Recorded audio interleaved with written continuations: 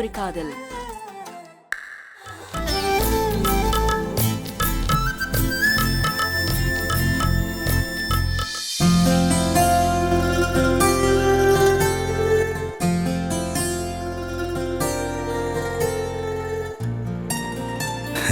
டேய், கையில திருவிழா ஃபுல்லா தேன் இல்ல, அவ இங்கதான் இருக்கா.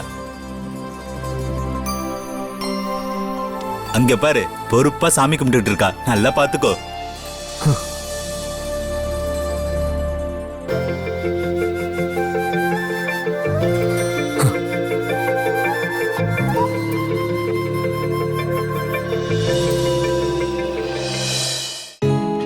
டேய், என்னடா தரிசனம் கிடைச்சிருச்சா? வா, அப்படியே அம்மனை தரிசனம் பண்ணிட்டு அவ கூட சேர்ந்து நம்மளும் கோயிலை சுத்தி வரலாம். வா, வாடா. டேய், என்னடா யோசனை? நான் சொல்லிக்கிட்டே இருக்கேன், நீ வராம அப்படியே நிக்கிற. அது ஒண்ணும் இல்லடா, திருவிழா நல்லா கிராண்டா நடக்குது. கையல் வேற சாரில கலக்கறா. அந்த சாரிக்கு மேட்சா ஏதாவது கிஃப்ட் வாங்கி கொடுத்தா நல்லா இருக்கும். அதான் என்ன வாங்கலாம்னு யோசிக்கிறேன். என்னடா பிரசாதம் வாங்க வேண்டிய இடத்துல வந்து கிஃப்ட் வாங்கணும்னு சொல்ற? இங்க எங்கடா கிடைக்கும்? எனக்கு தெரிஞ்சு இந்த திருவிழால பலூனு பஞ்சு மிட்டாய் தான் கிடைக்கும். வேணா அவ சேரி கலருக்கு மேட்சா 2 பலூன் வேணா வாங்கி கொடு. ஓகே? போடா, உன்கிட்ட போய் சொன்ன பாரு, என்ன அடிச்சுக்கணும்டா. கையலுக்கு என்ன வாங்கணும்னு எனக்கு தெரியும். நீ பேசாம வாயை மூடிட்டு வா, அது போதும் எனக்கு. வா. எங்க கூட்டிட்டு போறான்னு தெரியலையே. டேய், எங்கடா கூட்டிட்டு போற? மச்சான், நான் என் ஆளுக்கு வளையல் வாங்கி தர போறேன்டா. வளையல் வாங்கி கொடுக்க போறியா? பலூனை விட சிறந்த கிஃப்ட் தான். எனக்கு கூட இந்த ஐடியா தோணவே இல்லை மச்சான். அசத்து அசத்து. மச்சான், வாடா. ஓ,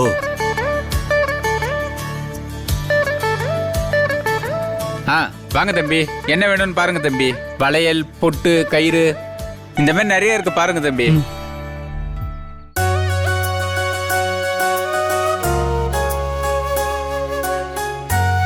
அண்ணா, அந்த மெரூன் கலர் கண்ணாடி வளையல் எடுங்க. வளையலா? ஆமாண்ணா. இதுவா? எத்தனை வளையல் வேணும்? ஆமா, எத்தனை வளையல்? எத்தனை வளையல் போடுவாங்கன்னு தெரியல. நல்லா 2 கையிலயும் வளையல் போட்டுட்டு இப்படி குளுக்குற மாதிரி இருக்கணும். அந்த அளவுக்கு கொடுங்கண்ணா. என்ன தம்பி, லவருக்கு வளையல கிஃப்டா கொடுக்க போறீங்களா? செமண்ணா, நீங்க எப்படி கண்டுபிடிச்சீங்க? எல்லா அனுபவம் தான். வளையலை விட சிறந்த கிஃப்ட் உலகத்துல எதுவுமே கிடையாது. அவ்வளவு எஃபெக்ட் இருக்கு. சரி சரி, அந்த வளையலே கொடுங்க. பேக் பண்ணி தரேன்.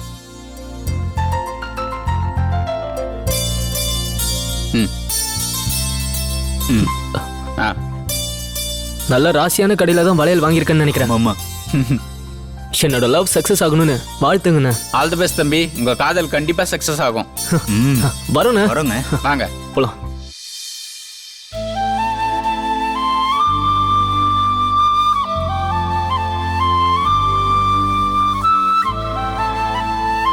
டேய், வாடா.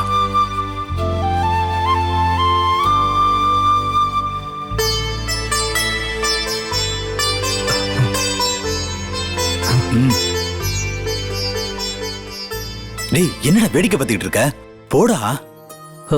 அவ கூட அவ ஃப்ரெண்ட்ஸ் யாருமே இல்ல. அவ மட்டும் தான் தனியா பிரகாரத்தை சுத்திட்டு இருக்கா. இதுதான் உனக்கு நல்ல சான்ஸ். நீயும் பிரகாரத்தை சுத்தி வர மாதிரி சுத்தி அவ எல்லாத்தையும் சுத்தி முடிச்சு சாமி கும்பிட்டு வெளியே வரும்போது கரெக்டா வழியை மறிச்சு உன் கிஃப்ட கொடுத்துரு மச்சான். ஓகே? ஓகேடா, அத நான் பாத்துக்கிறேன், நீ போ. அதெல்லாம் முடியாது. நீ கிஃப்ட கொடுக்கற வரைக்கும் நான் இங்கிருந்து போக முடியாது. நீ போய் கிஃப்ட கொடு, இல்லைன்னா நீ பழையபடி சொதப்புவ. நீ சீக்கிரம் ஓகே பண்ணாதான் நான் நிம்மதியா தூங்க முடியும்டா. எத்தனை நாளைக்கு தான் நான் உன் பின்னாடியே சுத்துறது? இதுக்கு முடிவு வேண்டாமா? டேய், அதெல்லாம் நான் ஒன்றும் சொதப்ப மாட்டேன். நான் இன்னைக்கு கையில் கிட்ட இந்த கிஃப்ட்டை கொடுத்துருவேன். நீ இங்க நின்று பார்த்துட்டு இருந்தாதான் நான் சொதப்புவேன். அதனால நீ போடா, நான் பாத்துக்கிறேன். கிஃப்ட கொடுக்காம வரக்கூடாது சொல்லிட்டேன். டேய், போடா போ.